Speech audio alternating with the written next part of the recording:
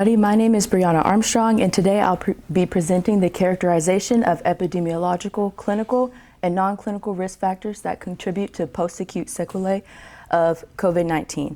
So my mentor was Dr. Zuri Dale, and she was fantastic with mentoring me, and she's just so great. So I just wanted to give her a shout out before my presentation. So this presentation is actually based on a paper entitled The Prevalence and Symptom Profiles of Long COVID Among Houston Residents, and it's the first paper of a 4-paper series. So these papers essentially examine how long COVID impacted Houston residents.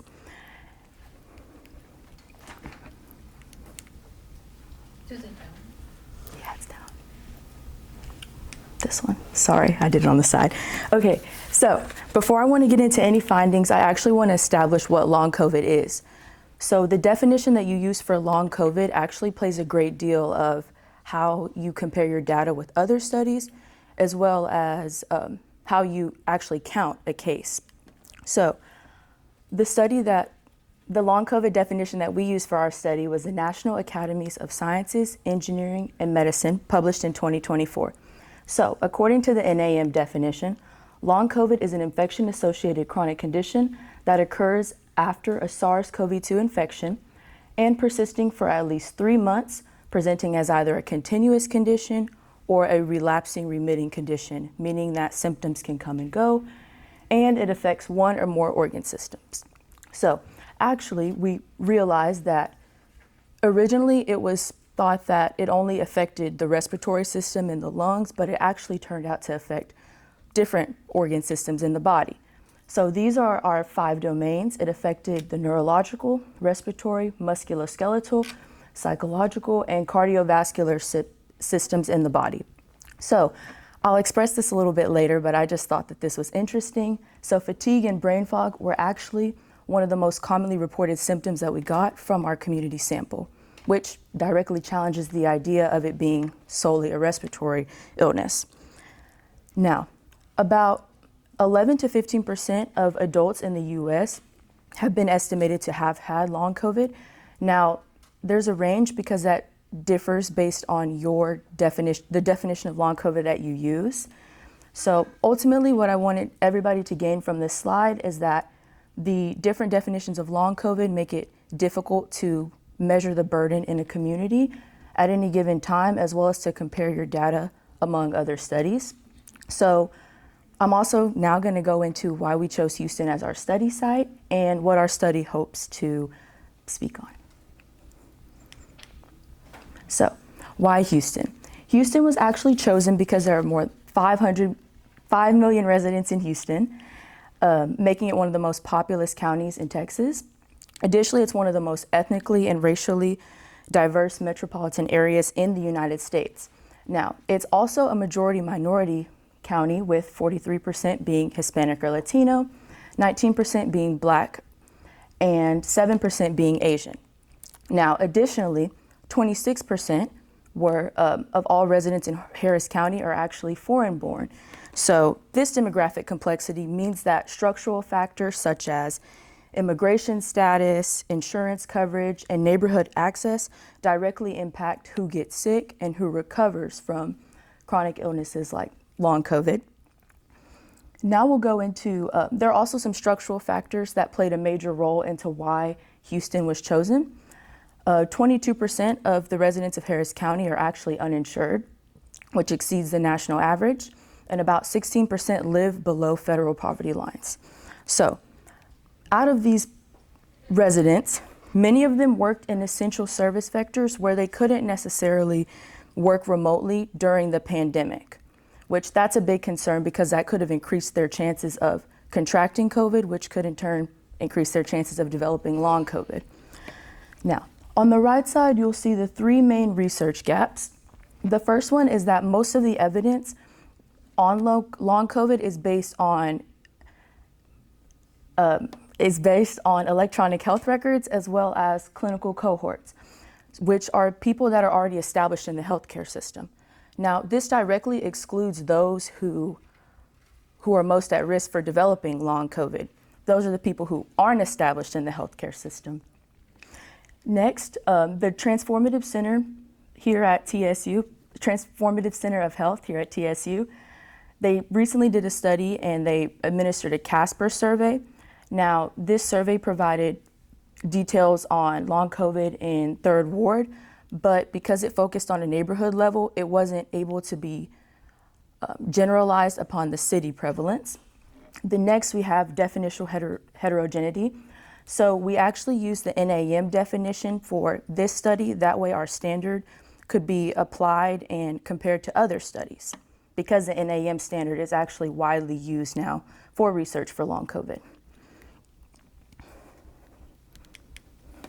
Now, the purpose of our study is actually pretty straightforward. It's to establish the baseline prevalence and describe the symptom burden of long COVID across the citywide Houston sample.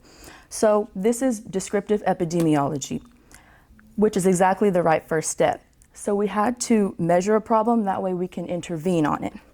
So we hypothesized that long COVID would be prevalent among Houston residents, and we also hypothesized that it would be multisystemic.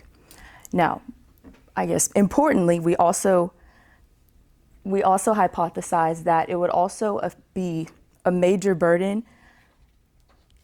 It would be a major burden even for those who are not hospitalized during their acute infection. And yeah, so throughout our study, we had 3 guiding questions, which are the prevalence of long COVID among Houston community residents? What is the range and frequency of persistent symptoms at 90 or more days? And how does long COVID affect daily functioning and perceived health? So later on in our results section, we'll actually have different slides actually going into depth about our 3 guiding questions throughout our study. Okay, so our study was a cross-sectional study, meaning that we captured things a snapshot in time rather than following people over a long period of time. So the survey was administered across Harris County, and we recruited people from August of 2024 to November of 2025. So participants were recruited through the TSU Center for Transformative Health, specifically the COVID Research Institute, and we used digital flyers, community organizations, public events, and other ways to get the word out and to recruit participants for our study. So in order to be eligible for our study, you had to be at least 18 years old and reside in Harris County. Now, for our study, we took participants in who had a confirmed positive test, those who had a suspected COVID test based on any symptoms that they experienced during that time, as well as those with no known infection history, because that allowed us to kind of measure the prevalence or establish a baseline. Now, on the right side of the screen, you'll see the 7 key domains that we measured. Our survey aimed to measure things from long COVID status and symptom inventory to access to care and quality of life indicators. Now, I wanted to point out that we got 29 distinct persistent symptoms that respondents felt really impacted them. So that just kind of shows the dangerous and the dangerous nature of long COVID. Now, the way that we calculated the amount of required participants was we wanted to estimate the prevalence of long COVID. So what we did at 15% of the national baseline. So we, at that time, with the margin of error of plus or minus 3% at a 95% confidence interval. So we hit that exactly once we plugged in the equation and did the math. We hit our target perfectly with 544 participants, and all analysis for the data was conducted in SAS 9.4 using univariate descriptive statistics. Okay, now it's important to know who was in the sample before finding out, I guess, the results, just so you can keep that in mind. So 78% of our respondents in our survey identified as female or as women, 77% as Black or African American, and 13% as Hispanic and Latino. So these numbers replace that our community approach and the amount of people who responded. Now, we also saw that 50% were employed full time. Now, this matters when we think about the functional and the economic burdens that long COVID poses on individuals. Next, we have our income distribution, right on the left-hand side at the bottom. It's actually notable. So about 40% of our residents reported household incomes below $50,000 a year, and 20% reported less than $25,000 a year, which places those households in or near poverty. Now, that is consistent with the structural landscape of Houston. Next, we have age distribution. It was actually broader than what you would think. So more than a third of the participants were between the ages of 18 and 34, which pushes back on the idea that long COVID primarily affects the older population. Now, overall, this shows heterogeneity, and which is a strength of community-based research. Okay. Now we have our prevalence anchor. So 56% confirmed or suspected a SARS-CoV-2 infection. Among those who were infected, the majority stated that they had moderate or severe symptoms, with 44.7% rating their symptoms as moderate and 22.7% rating them as severe. Now look at the timeline at the bottom. It's extremely important. So it shows that among our respondents, the ones who were infected with COVID, 63.5% noted that their most recent infection occurred 13 or more months before they took the survey. So that temporal distance is important. These are the people who were not infected right before and were not still in their acute recovery window. These are the people who had COVID, recovered from it, and are experiencing persistent symptoms. So 71% reported symptoms during their acute infection, and 29% reported that they did not have any symptoms. Now, the asymptomatic group is important because these people went on to report persistent symptoms after, their infection, which is consistent with what we know in our literature review. Okay. Now, this is actually one of the most important slides on the deck, so I'd like to explain. So, these findings were from the respondents who had a confirmed case of COVID 3 months prior to the survey, which would make them follow eligible for the NAM standard. So about 67.7% of respondents reported ongoing fatigue and tiredness, and 60.2% reported brain fog. Now those two numbers alone are striking. Next, we have shortness of breath at 46.2%, and so on. So I'd like to draw your attention to the color-coded bars at the bottom of the screen. So the dark maroon is representative of the cognitive symptoms, the navy blue is functional, and the blue-gray is respiratory. So what I want you to notice is actually the cognitive and functional symptoms actually occur more often, especially in comparison to the respiratory systems, which goes back to the idea that long COVID is more of a, it's multisystemic. And for our sample, it was more cognitive and functional than respiratory. Now for our perceived health. So this shows a before and after of how respondents rated their own health. So before COVID, 67% of people rated their health as excellent or very good. Well, this number decreased to 43% for after COVID. So next we have 6.3% rating their health as fair, and that increased to 21.1% for after COVID. So which it shows an overall shift in less people representing their health as excellent, very good, or good, to now we have more people with very poor, or fair ratings, which is not good. So although I know what you may be thinking, it is a self-rated survey and sometimes it could be subjective after all, but in public health, it's actually a consistent, validated predictor of mortality and morbidity. So with that being said, in public health, self-rated health holds a lot of weight because people know how they feel, they know their symptoms, they keep track of these things.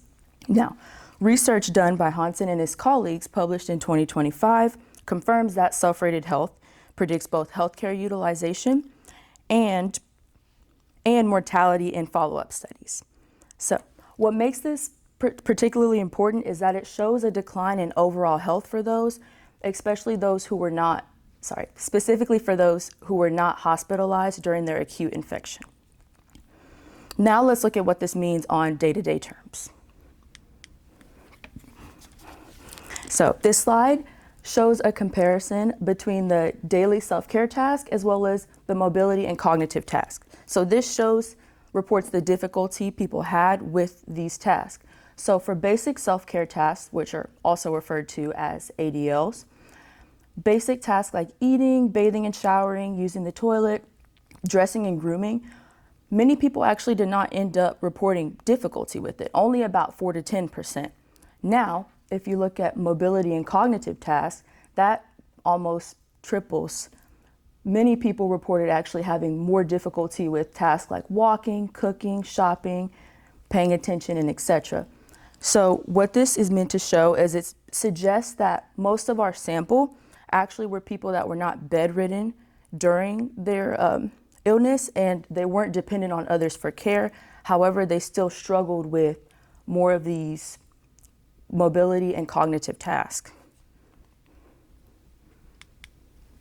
Now, the top row of the slide gives us access to healthcare. So about 81% had health insurance in the past year, and 78% had a family doctor. Now, these actually seem like pretty positive numbers. However, if you look to the right side, 16% reported difficulty getting medical services, and 19% lacked insurance at some point in the year.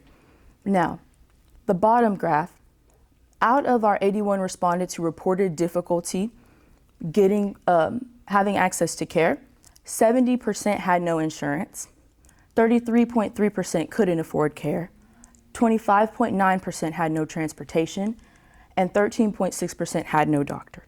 Now, these are not minor inconveniences. For a condition like long COVID that can relapse and requires ongoing medical attention, this shows that people are trying to combat a serious illness on their own without access to a physician.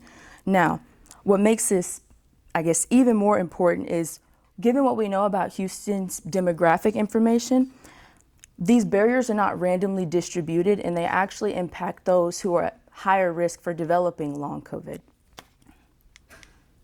So, some key findings for the study is that among respondents, the most prevalent reported symptoms were fatigue and brain fog, which goes against the norm of everyone thinking that, that's predominantly a respiratory illness.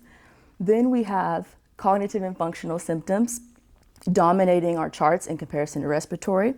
Next, we have perceived health decline sharply for individuals. And next, we have structural inequities, which shows that that those shape who gets care. Houston's socioeconomic landscape means that it matters. It greatly impacts how people get treated for long COVID and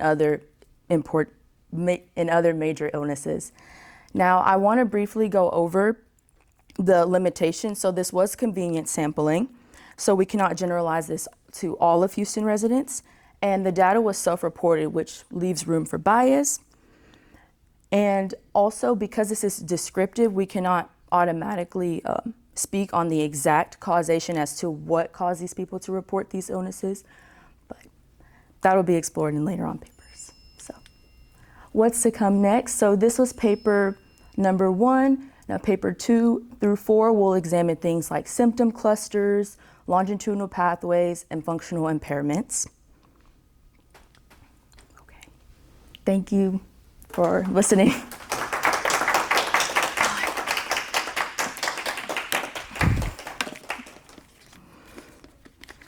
Does anybody have any questions? Okay. Yes, please, go ahead. Question. I just want to know if you knew that whenever they did autopsies on COVID patients, they found that it was coagulation.